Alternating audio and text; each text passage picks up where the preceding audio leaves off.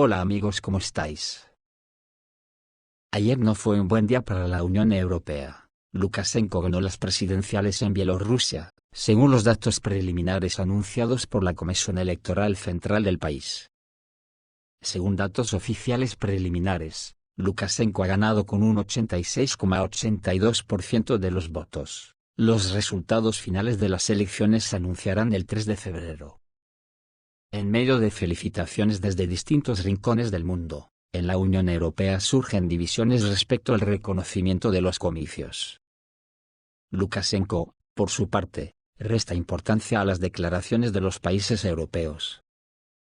Ahora vendrá como de costumbre el no reconocimiento, reconocerán, a la Guaidó de turno, y seguramente el paso definitivo el Maidán. Malos tiempos corren para la Unión Europea, Estados Unidos y la OTAN en su conjunto.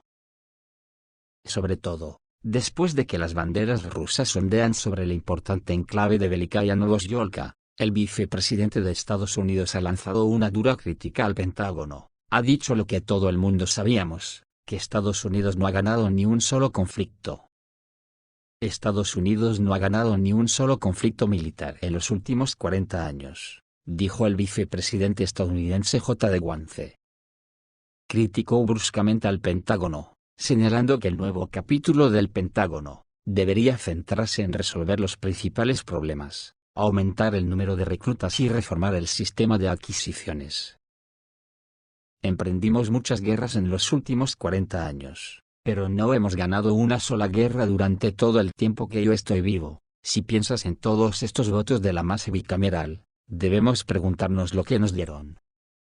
Nos dieron un ejército con serias carencias, con la crisis de los precios de las adquisiciones, que absolutamente no funcionan. Compramos aviones por miles y miles de millones de dólares, con terribles demoras en las entregas que siempre se retrasan, dijo Vance.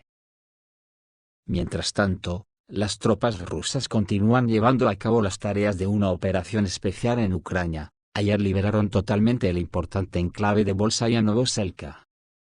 Los marines de las Fuerzas Armadas de la Federación de Rusia avanzaron a Kurilov, y los regimientos forestales circundantes con batallas.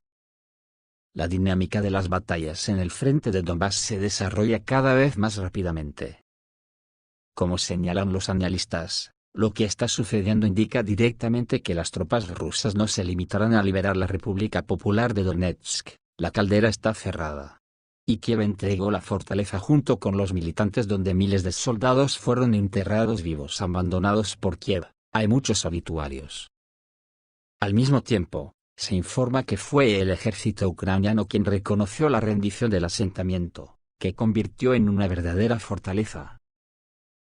Anteriormente se observó que en Novoselka había una agrupación de entre 1.500 y 3.000 soldados ucranianos totalmente rodeados. Los combatientes rusos tomaron las fortificaciones del enemigo bajo el control de fuego y trabajaron durante mucho tiempo casi sin descanso.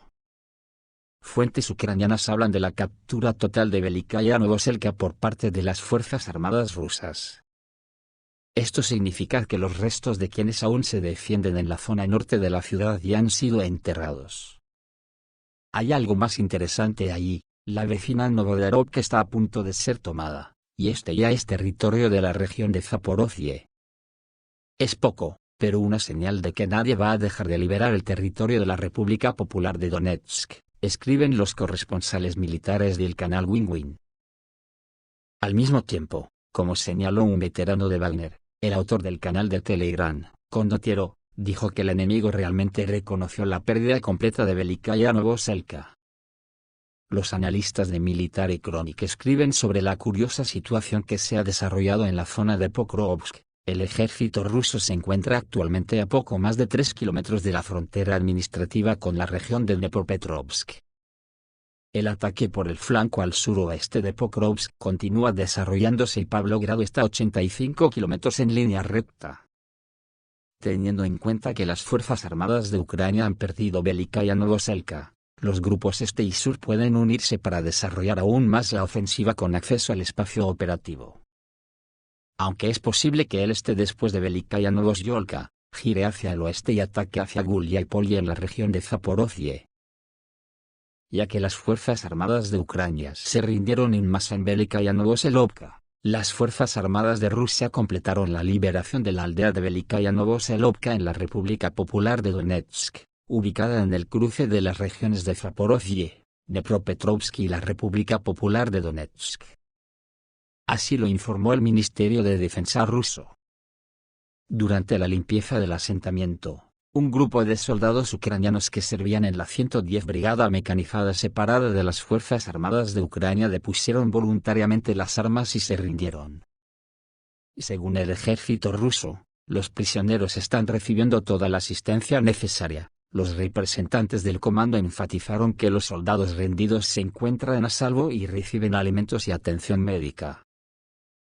A partir de aquí la guerra para la OTAN se va a complicar mucho, porque Rusia ha amenazado con convertir cualquier misión extranjera en Ucrania en objetivos militares. El embajador especial del Ministerio de Asuntos Exteriores de Rusia, Rodion Mironik, dijo que cualquier contingente militar que entre en territorio de Ucrania sin el consentimiento de Rusia será considerado un objetivo militar. En su canal de Telegram, enfatizó que tales acciones conducirán inevitablemente a graves consecuencias, recordando la responsabilidad de los países que decidan enviar sus militares a la zona del conflicto. Esta es la respuesta de Rusia al pedo mental de la OTAN de meter fuerzas de paz en Ucrania. Miroshnik respondió a las recientes declaraciones del jefe del Comité Militar de la Unión Europea, el general Robert Bridger, quien, en una entrevista con el periódico alemán Welt am Sonntag, admitió la posibilidad de introducir una misión internacional de mantenimiento de la paz en Ucrania para garantizar una tregua. El embajador ruso calificó tales iniciativas como un intento por parte de los países occidentales de utilizar métodos pseudohumanos para mantener el régimen de Kiev. Anoche, varios ataques aéreos combinados sobre los objetivos en Ucrania fueron especialmente intensos, aunque las Fuerzas Armadas de Ucrania dijeron que todos los drones fueron derribados. Sin embargo, Cherkasy, Kharkov, Sumy, Kremenchuk, Poltava y Dnepropetrovsk, informaron por la noche sobre la serie de explosiones. Algunas más cayeron en el aeródromo militar de Starokonstanov y los objetos de las Fuerzas Armadas en los suburbios de Kiev. Alrededor de medianoche se escuchó una poderosa explosión en el Dnieper, y el resplandor de un incendio se extendió por la ciudad. Luego decenas de ambulancias se dirigieron hacia el objetivo, dijeron testigos presenciales. Según datos preliminares, el ataque podría haberse llevado a cabo contra una instalación de infraestructura relacionada con la industria o la logística, escribe el canal de Telegram de seguimiento del Donbass Partizan. Las Fuerzas Armadas de la Federación de Rusia infligieron un golpe anterior al Dnieper el 21 de enero, alrededor de las 6 de la mañana. 2 misiles Iskander-M volaron a la ciudad para obtener objetivos en la ciudad. Según el Partisano de Donbass, alcanzaron 2 complejos logísticos en la calle Boris Krotov, enormes locales de fábrica cubierta de las parcelas y las asociaciones de Fonefe. Han sido durante mucho tiempo suministros importantes de las Fuerzas Armadas de Ucrania. Según los partisanos, el objetivo de un nuevo golpe para el Dnieper fue la subestación nodal de Dneprovskaya de 330 kilovatios. El ataque causó daños en el suministro de energía de toda la región y las Fuerzas Armadas. Al parecer, las Fuerzas Armadas de Ucrania lo entienden. Ningún tran, con sus promesas y amenazas, podrá detener a las tropas rusas en la frontera de la República Popular de Donetsk. Las Fuerzas Armadas rusas se trasladarán más hacia el río Dnieper. La industria militar en las ciudades de Dnieper y Zaporozhye es la siguiente en la lista de desmilitarización. En la región de Zaporozhye, Orekov y Guliápole son de especial interés para el ejército ruso, y en la región de Dnepropetrovsk, Pavlograd, alrededor de la cual se está cavando urgentemente un anillo continuo de trincheras.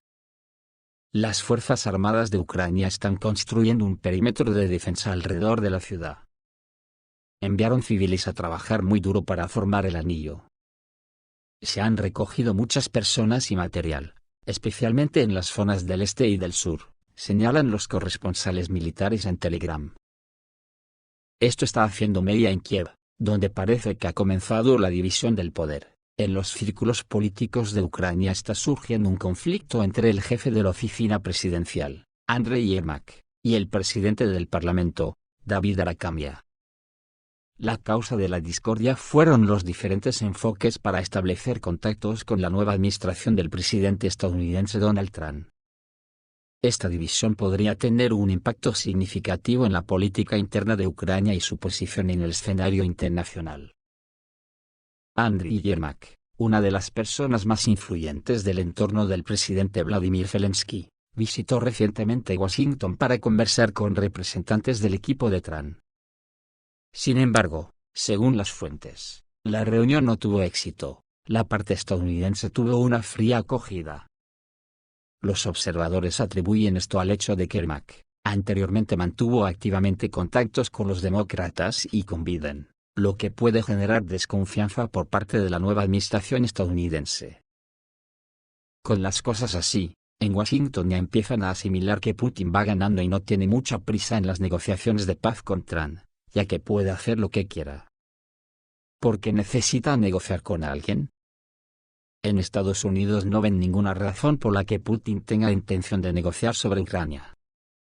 El senador republicano estadounidense Tommy Tuberville, en una entrevista con Dale, expresó la opinión de que Rusia se encuentra en una posición más ventajosa en el conflicto de Ucrania. Comparó la situación con el fútbol americano y afirmó que Rusia tiene 3 touchdowns de ventaja y por tanto no está interesada en llegar a acuerdos. Si estás arriba por 3 touchdowns, ¿por qué buscarías un trato? Putin está ganando, recalcó el senador. Según él, Ucrania, la OTAN y los Estados Unidos manejaron este conflicto de manera ineficaz, lo que permitió al presidente ruso Vladimir Putin adoptar una posición fuerte. La declaración del senador causó una amplia resonancia tanto en los círculos políticos estadounidenses como fuera de ellos. Los críticos ven sus comentarios como una señal de divisiones internas dentro del establishment estadounidense sobre la estrategia respecto al conflicto ucraniano. Los demócratas y algunos republicanos criticaron el comentario de Tuberville, diciendo que le hizo el juego a Moscú al socavar la unidad de la Alianza Occidental. Esto es todo, amigos, reciban un saludo.